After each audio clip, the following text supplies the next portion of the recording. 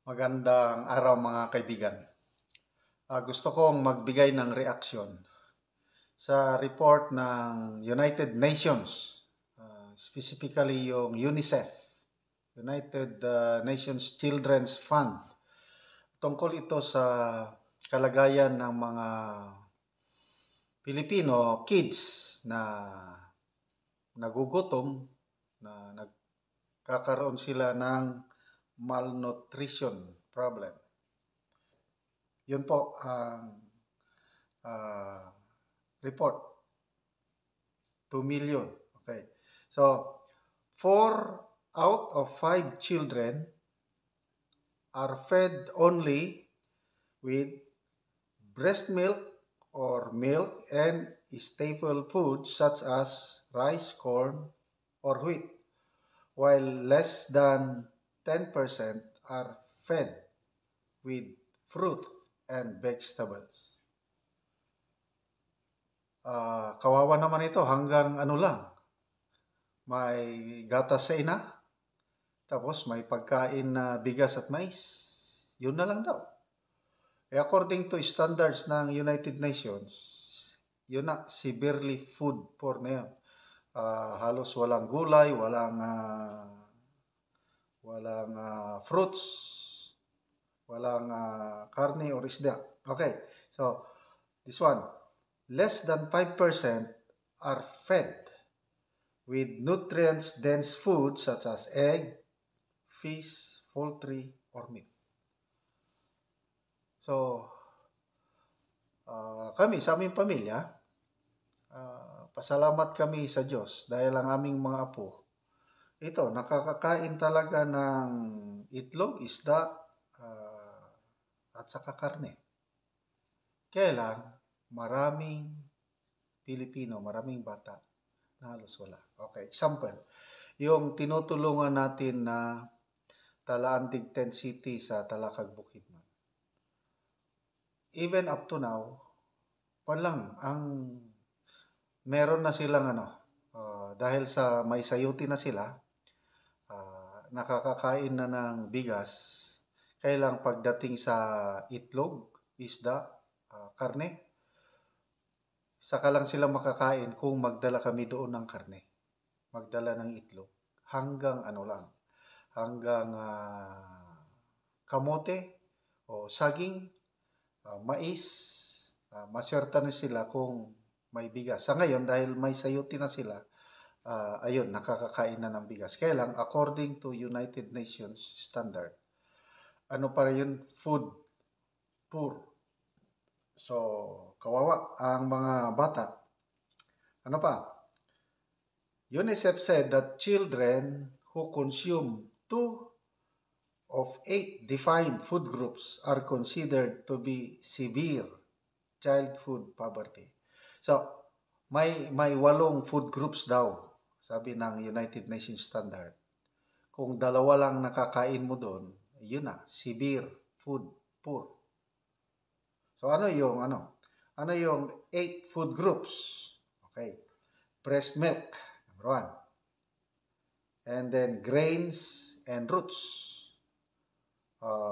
Pulses and nuts, dairy products, meat, poultry, fish, and eggs.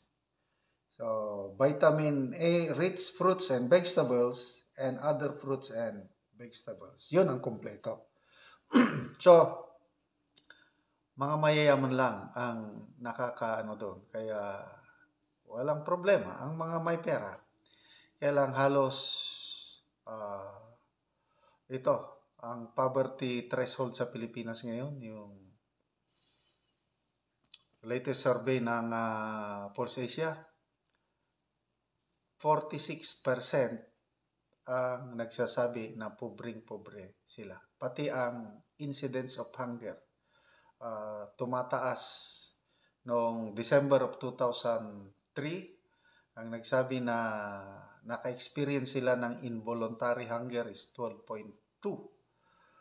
Ngayong March of 2024, tumaas ito ng 14.6. So, padami ng padami ang nagugutom na Pilipino. So, hindi lang mga bata, pati na rin ang mga may edad nakaka-experience ng gutom dahil nga sa sige na lang pataas ng pataas ang bibilhin. Ang sweldo ah, hindi masyadong kung nag-increase man kakaunti.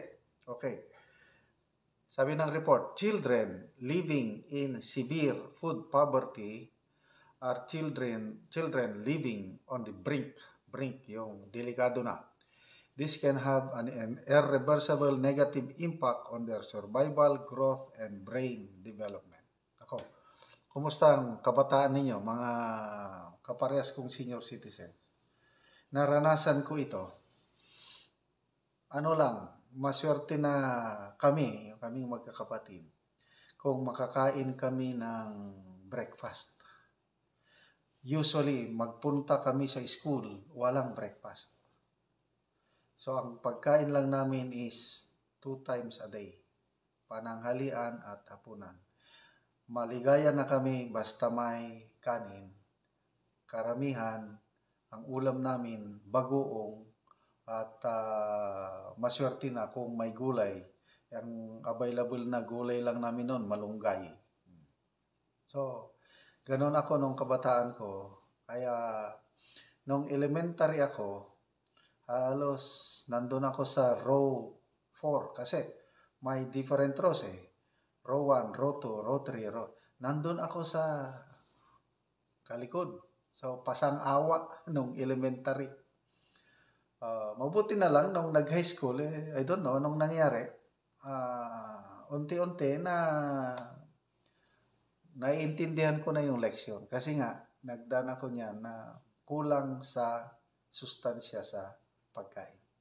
So, agree ako dito sa UNICEF report na maraming kabataang Pilipino na naghihirap sa kagutom, severe food poor. So, punta tayo sa administrasyon nito. Anong sabi ng Pangulo last year? Isang speech niya na bigay ata siya ng mga palay seeds. Sabi niya, sa bagong Pilipinas, walang Pilipino na magugutom. Nako, talagang tinandaanan ko yun eh. Sabi ko, anong klaseng speech ito? Para bang hindi iniisip ng presidente yung sinasabi niya. Parang sinulat lang siguro ng speechwriter niya, magandang pakinggan, yung sa bagong Pilipinas, walang magugutom na Pilipino. Gumising na po kayo. Ang daming nagugutom. Papunta tayo sa kanyang Presidential Advisor on Poverty Alleviation. Ano sabi ni Mr. Larry Gadon? Ang kahirapan is just a figment of the imagination. Haka-haka lang daw. Dahil kung magpunta ka sa mall, palaging puno ang mga mall, ibig sabihin, mayroong buying power ang mga tao. Correct, sa mga may pera. Hindi naman lahat may pera, mas marami ang, kung may pera man, hanggang ano lang yun, pambili lang ng bigas. Kung hindi makabili ng bigas, noodles na lang. So, sana,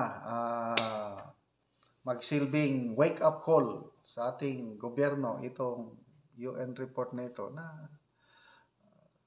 gawin nila yung tama, yung trabaho nila. Unahin ang kapakanan ng taong bayan. Mahirap.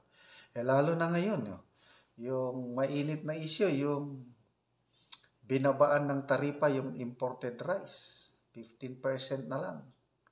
Nako, wala na. Babaha ang imported rice. So, ang kawawa ang mga farmers dahil malulugi ang kanilang livelihood dahil hindi nila kaya makipag-compete sa mga importers. So, ito lahat ang mga kalagayan ng ating bansa ngayon na ang policy sa gobyerno instead na tulungan ang mga farmers, parang pro-importers.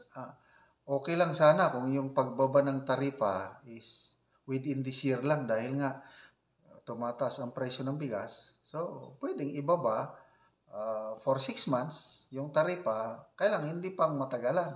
Nako, itong pagbaba ng tarifa o yung buwis ng bigas hanggang 2028. So, ano ba talaga ang gobyerno natin? Sino ang tinutulungan? Mga importers, mga mayayaman, o yung mga kawawang magsasaka? So, yun. Tanong lang. So, sana, itong mga kabataan ito, 2 million, ang dami. May pag-asa rin sila na makatikim ng mas masasarap na pagkain.